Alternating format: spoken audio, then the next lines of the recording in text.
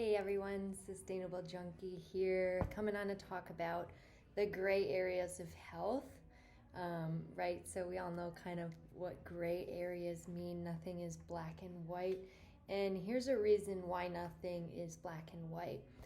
We have individualism, we have uniqueness, we have important traits and characteristics that others don't, and blah blah blah blah blah. So each and every individual can't be treated the same. So what brought me to talk about this is I'm in currently a psycho-spiritual integration training, and one big part of it, there's a couple big parts of it. Entheogens is a big part, but also addiction is a very big part. So we were talking about the nature of addiction and how got distracted, sorry.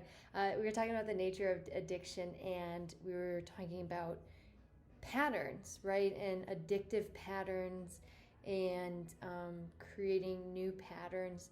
And there seemed to be a little bit of confusion, and I myself understand and relate to that confusion, although I found what works for me. But there seemed to be a little bit of confusion on that sort of gray area. So what the question that someone asked was, what was the difference between a healthy habit or pattern? I think pattern is a nicer word to use than habit, but I don't know why. I just associate habit more negative than a pattern. But so a healthy habit as opposed to an addictive habit. And first of all, what I want to say is, like, whenever I do kind of trainings like this, it's as much as trainings are trying to teach and generalize, and they're doing a really, really great job. You cannot generalize when it comes to treating humans, right? Not even like treating plants and animals. Every life force is very different. And so what makes a life force different? The environment that it's in. You can have a plant in in the desert that will thrive, but in the tropics it wouldn't survive. And humans are the same, right? Our atmosphere, and atmosphere isn't just your location, like, okay, I live in the Midwest right now and it's really gray and I want to be where the freaking sun is, okay? That does play into the life of an individual, but atmosphere is also, what does your home look like? What does your work look like? How does your space look? How is the atmospheres that you, or we, I should say we, that one puts themselves into? Is it bars? Is it yoga classes? Is it creative spaces? Is it, flow communities? Whatever it is, those are just small examples of things that I've been involved in. So there's tons of things that anyone can be involved in. But those atmospheres have different life forces, and each of those life forces are interacting with one another. So it's like bing, bing. There's just like this like energy, like zoop, zoop, and we're plugging into one another. So no matter what, a concept my mom always said to me was, Anne-Marie, your friends are who you are. And I didn't really understand what she was saying until I got older and I understood energy. Luna's probably going to walk in front of the camera. This is my cat. She likes to join me in the plant room here. I have a plant. It's a tropic plant, and after I bought it, my husband told me that it's toxic to cats and dogs. Luckily, we have trained Luna to be very kind to the plants, and she doesn't eat them, so she's just in the window doing her thing. I got distracted by my cat.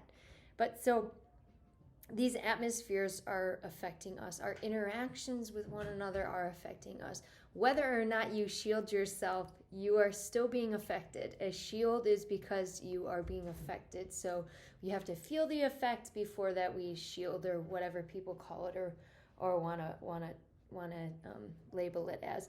So we're always trying to label. That's another thing, labeling things in society.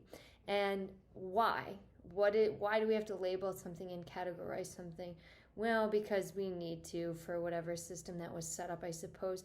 But we really can't. The more that you dive deep into something, we see that it's more complex than just a general statement or a general definition. So when I'm thinking about a gray area, right, for myself, first I have to bring it to myself, because to get myself out of that gray area and not move into a black and white area, but move into a clear area, right? So think of what clarity looks like for you.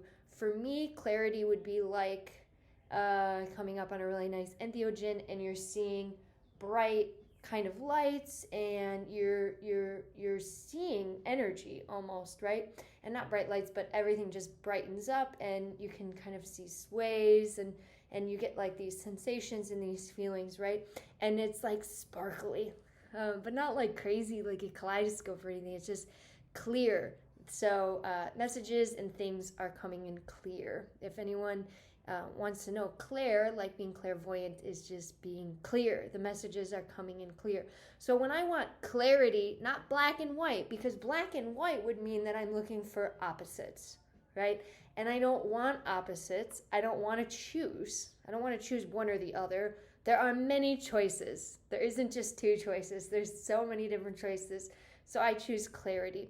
And when I want clarity on getting out of that gray area on what is a healthy habit and what is a addictive habit or pattern, I ask myself, before I take action, what emotions are coming up? What feelings are coming up? Is it happy? Is it sad? Am I depressed? Am I anxious? Am I excited? Am I celebrating? Well, so many different kinds of emotions you can think of, right? So what are the emotions that are coming up? And then those emotions are going to decipher what action I'm going to be taking consciously, if I'm looking at it in a conscious way. Now, if I'm looking at it in an unconscious way, unconsciously, I wouldn't even know what the emotions are, because I'm not connected, right? I'm just going through the motions in an unconscious brain.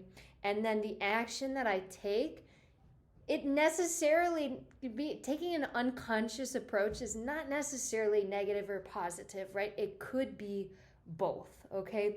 But in a conscious action could also be both. It could be negative or positive. Sometimes we consciously are aware of why we're making that decision, and that's a little bit scary, but we're not going to go into that. So whether or not it's conscious, the feelings, or unconscious, then we make a conscious or an unconscious action.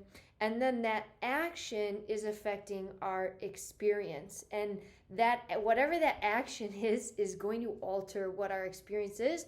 And our experience is the outcome. So the experience is not just going to affect us in that moment. It's going to affect the outcome of how we continue to move on. So say, for instance, back in my super like hardcore drinking days, right? Say I'm off work, right? I used to bartend, and it's like, okay, what do I do when I'm off work? I go to the bar and I drink. I'm associating it. Well, what's the reason that I'm drinking? Well, honestly, at the time, I had no idea. I associated getting off work with drinking. The more I understood, I was like, oh, I was overworked. Oh, like I was super anxious and slightly depressed, and my nervous system was like, so I wanted to calm. And that's how I associated getting calm, right? And then the experience was not always bad. Like, I'm going to tell you, it was not always bad. However, as I became more aware and started doing different things, right?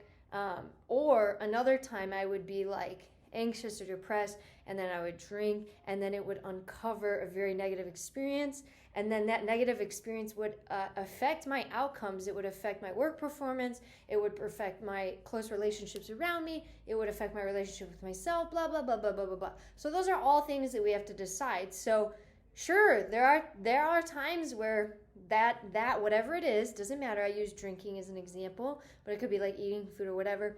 That is positive. It's a positive feeling of why I'm doing it. That turns into a very positive action. That turns into a positive outcome. and then, positive experience, which then leaves the outcome and moving forward to be positive. So the emotions is that first point. And then you can kind of just take those gaps. So that's how I get clear on the gray area of health. So another example would be my grandpa. He's 98 years old. When I wasn't feeling good and I was visiting him in Arizona in the height of COVID, first of all, I thought I was going to kill my fucking grandpa because I thought I had COVID. And he was like, "You're ridiculous, Anne-Marie. COVID ain't going to kill me." 98 years old. He's like, "If I die, it's because I'm 98 years old." But I bought like bone broth and I brought all this healthy food and I made it for him, and he said it was horse shit and the food was horse shit. And he said, "Emery, I ate whatever the hell I wanted for 98 years and I'm fine and I'm still alive. And you are stressing out so much about being healthy that it's actually unhealthy." So that was a really wonderful perspective. So even though I'm eating healthy, okay, which is a healthy action, the emotions associated with why I'm trying to eat healthy are the fear for being sick and having COVID and killing my grandpa, right? So good examples for you. I'm going to sign out because I've talked for like 11 minutes and I try to keep videos really long. I try to keep videos really short. If you enjoyed this, like it, subscribe it, share it. That'd be really cool. Lots of cool things coming up for you all. So see you later.